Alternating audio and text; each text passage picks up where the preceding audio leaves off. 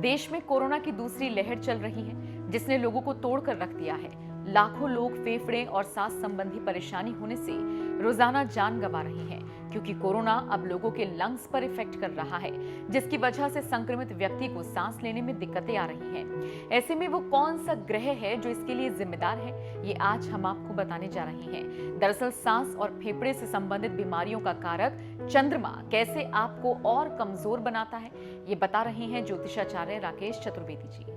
नमस्कार, मैं हूं आपके साथ नम्रता। धर्म ज्ञान के सभी दर्शकों का बहुत बहुत स्वागत है। मेरे साथ जाने माने एस्ट्रोलॉजर राकेश चतुर्वेदी जी मौजूद हैं। सर, स्वागत है जी। नमस्कार नम्रता जी। नमस्कार। आज की इस वीडियो में हम बात करेंगे सांस की जिन लोगों को दिक्कतें हो रही हैं, फेफड़ों में जिन लोगों के संक्रमण हो रहा है। आपने देखा होगा अपने आसपास, कई बार आपने सुना होगा कि कोरोना काल में सबसे ज्यादा दिक्कतें लोगों को सांस लेने में ही हो रही है, और ये हम सब देख रहे हैं कि ऑक्सीजन की कमी किस तरीके से देश के अस्पतालों में देखी जा रही है। और इसकी वजह यही है कि पेशेंट्स में इसकी कमी हो रही है और इसीलिए मारामारी हो रही है। खैर, इंसान के फेफड़ों को आखिर क्यों संक्रमित होना पड़ रहा है, क्यों ये संक्रमण के दायरे में आ रहा है, इसके अलावा दिल के दौरे के जो केसेस हैं वो बहुत ज्यादा बढ़ गए हैं। तो आखिर ऐसी कौन सी चीजें बदल रही हैं जो सीधे सीधे आपके इन ऑर्गन्स पर असर कर रही हैं, इस बारे में हम चर्चा करेंगे। तो राकेश जी, किस तरह से देखते हैं आप और ये क्यों हो रहा है? बहुत अच्छा प्रश्न लिया है आपने और बहुत अच्छा विषय लिया है नम्रता जी। पहली चीज़ मैं आप दर्शकों को और आपको भी बता दूं कि जो मूलतः ग्रह इसको प्रभावित कर रहे हैं उनमें सबसे पहला नाम चंद्रमा का आता है, क्योंकि हृदय और मन का कारक चंद्रमा को कहा जाता है नम्रता जी। दूसरा, उसके साथ साथ जहां जो रोल आ रहा है वो बुध और मंगल का आ रहा है। और आप सबको पता है कि बुध और मंगल पूर्ण रूप से प्रभावी रहे हैं पिछले समय में, जब से ये महामारी बढ़ी है। अभी इसी वर्ष की अगर हम तुलना कर लें तो मंगल भी वृषभ में रहकर राहु के साथ योग बनाकर आ रहा है, और साथ ही साथ वर्तमान में बुध और शुक्र हैं ही राहु के साथ। तो कहीं ना कहीं इस महीने के अंत तक 29 मई तक यह कहीं ना कहीं बहुत ज़्यादा प्रभावी रहेगा।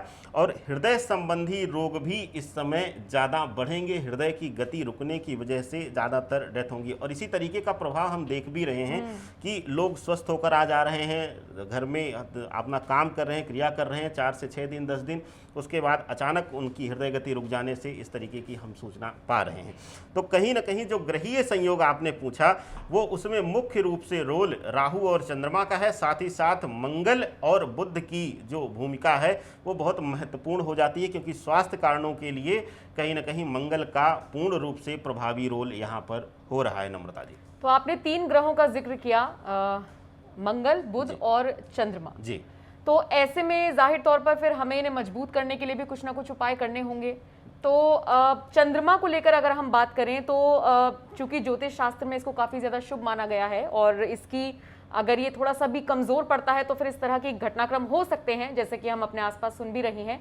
तो चंद्रमा को लेकर कुछ बता दीजिए कि कैसे मजबूत करें, या फिर कुंडली में वो कहाँ बैठा हो कि थोड़ा सा लोगों को मजबूती दे। देखिए, चंद्रमा का रोल जिंदगी में बहुत बड़ा है। अगर हम कुंडली के सभी ग्रहों की बात करें तो हर ग्रह का जाहिर सी बात अपना अपना स्थान, अपना अपना प्रभाव है, लेकिन चंद्रमा हर ग्रह के साथ मिलकर कुछ न कुछ प्रभाव अलग से दिखाता है। यही कारण है कि चंद्रमा का कुंडली में रोल बढ़ जाता है। और वर्तमान समय में आपको बता दूं कि जिस समय में हम लोग ये डिस्कस कर रहे हैं, आने वाले कुछ ही दिनों में चंद्र ग्रहण का भी प्रभाव इस धरती पर, इस धरा पर लोगों को भोगना है। तो कहीं ना कहीं उसका भी प्रभाव इस पर आएगा। और जिसकी भी कुंडली में अगर लग्न में, द्वितीय में, नवम में, दशम में, इन जगहों पर या पंचम हाउस में कुंडली के अगर इन घरों में, प्रथम घर हो गया, द्वितीय हो गया, नवम, दशम और पंचम, इन घरों में अगर शुभ का स्थान लेकर बैठा है, उच्च का चंद्रमा बैठा है, तो उसके लिए डरने की बात नहीं है, उसके लिए किसी तरीके से परेशान होने की जरूरत नहीं। लेकिन आपको सतर्क तब भी उतना ही रहना है नम्रता जी। आपको सैनिटाइज करना है, हाथों को मास्क लगाना है। लेकिन अब आपको बता दें कि डरने की जरूरत किसको है, थोड़ा सा केयरफुल रहना। देखिए, हमारा तात्पर्य, मैं बार बार कहता हूं कि मेरा तात्पर्य डराना नहीं है, आप सबको आगाह करना है कि ये समस्या आपके जीवन में आने वाली है, आप उससे आगाह रहें, सतर्क रहें।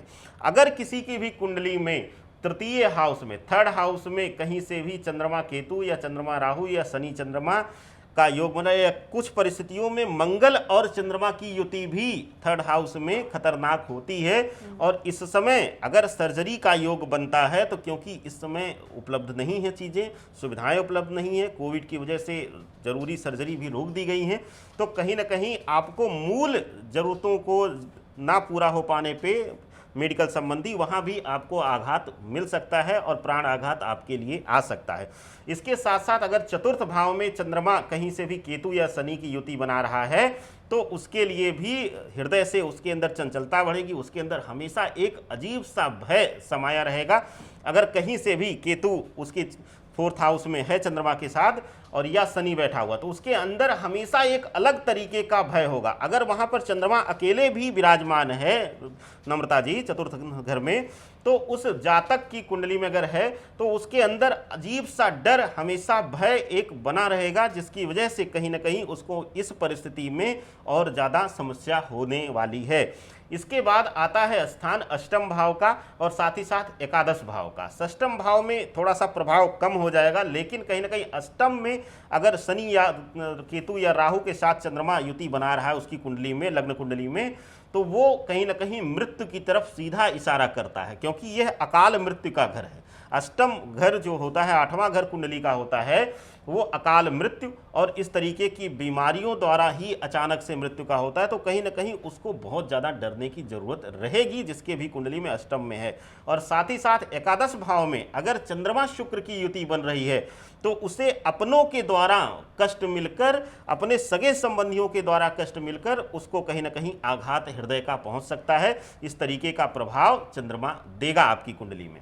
तो फिर इन सब हालातों में चंद्रमा को मजबूत बनाने के लिए क्या करें? देखिए, चंद्रमा को मजबूत बनाने के लिए सबसे बेहतर तरीका है, इस समय हालांकि मैं आप लोगों को अवॉइड करने के लिए कहूंगा, लेकिन सबसे बेस्ट तरीका है कि आप पूर्णिमा का व्रत रखें। लेकिन क्योंकि यह समय कोविड का है, हर किसी के अंदर उतनी स्टेमिना नहीं है और व्रत के लिए मैं स्पेशली मना करूंगा। लेकिन आप अपने घर में बैठकर गंगा पूजन करें, जल में जल लेकर, गंगा जल हाथ में लेकर अपने हाथ पर, और आप हो सके तो गंगा के बीज मंत्रों का जाप करें, या फिर अगर सबसे बढ़िया है, क्योंकि मुझे लगता है कि हम सबको भारतवर्ष में बचपन में ही गायत्री मंत्र का जाप सिखा दिया जाता है, हम अपने बच्चों को भी सिखा देते हैं, तो सबसे बेहतर है कि कुछ अलग या गलत मंत्रों का प्रयोग ना करके आप दाहिने हाथ में इस तरीके से रख लें और बायां हाथ नीचे से लगा लें, और हो सके तो 11 बार गायत्री मंत्र का जाप करके उसी गंगा जल का आप पान कर लें।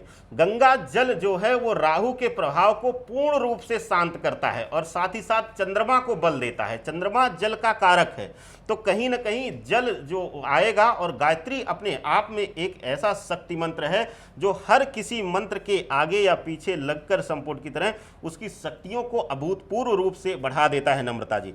तो गायत्री मंत्र का जाप अगर आप करके इस तरीके से क्रिया रोज करते हैं तो कहीं ना कहीं आपका चंद्रमा बल पाएगा। और एक चीज और आप अनुभव करेंगे कि अगर कहीं से आपके मानसिक कमजोरी आपके अंदर थी, आपके अंदर भय था, वो भी कहीं ना कहीं समाप्त होगा और अकाल मृत्यु का भी योग होगा, तो कहीं ना कहीं इससे कुछ हद तक टलेगा। मैं ये नहीं कहता कि बिल्कुल ही टल जाएगा और आप बेड पर पड़े हुए हैं, अंतिम सांसें ले रहे हैं और उस समय ये साल, लेकिन कहीं ना कहीं आपको शक्ति जरूर देगा। ये मेरी गारंटी है कि अगर अंतिम सैया पर भी है वो व्यक्ति और वो इस क्रिया को कर लेता है तो उसको कहीं ना कहीं कुछ न कुछ मजबूती जरूर मिलेगी, शक्ति उसके शरीर में मिलेगी, शक्ति संचार बढ़ेगा। चलिए, बहुत बहुत शुक्रिया ये तमाम जानकारियां पहुंचाने के लिए। और इन सबसे इतर अगर आप कुछ जानना चाहते हैं तो जो नंबर आपकी स्क्रीन पर फ्लैश हो रहा है उस पर आप कांटेक्ट कर सकते हैं। बहुत बहुत शुक्रिया इस वीडियो को देखने के लिए।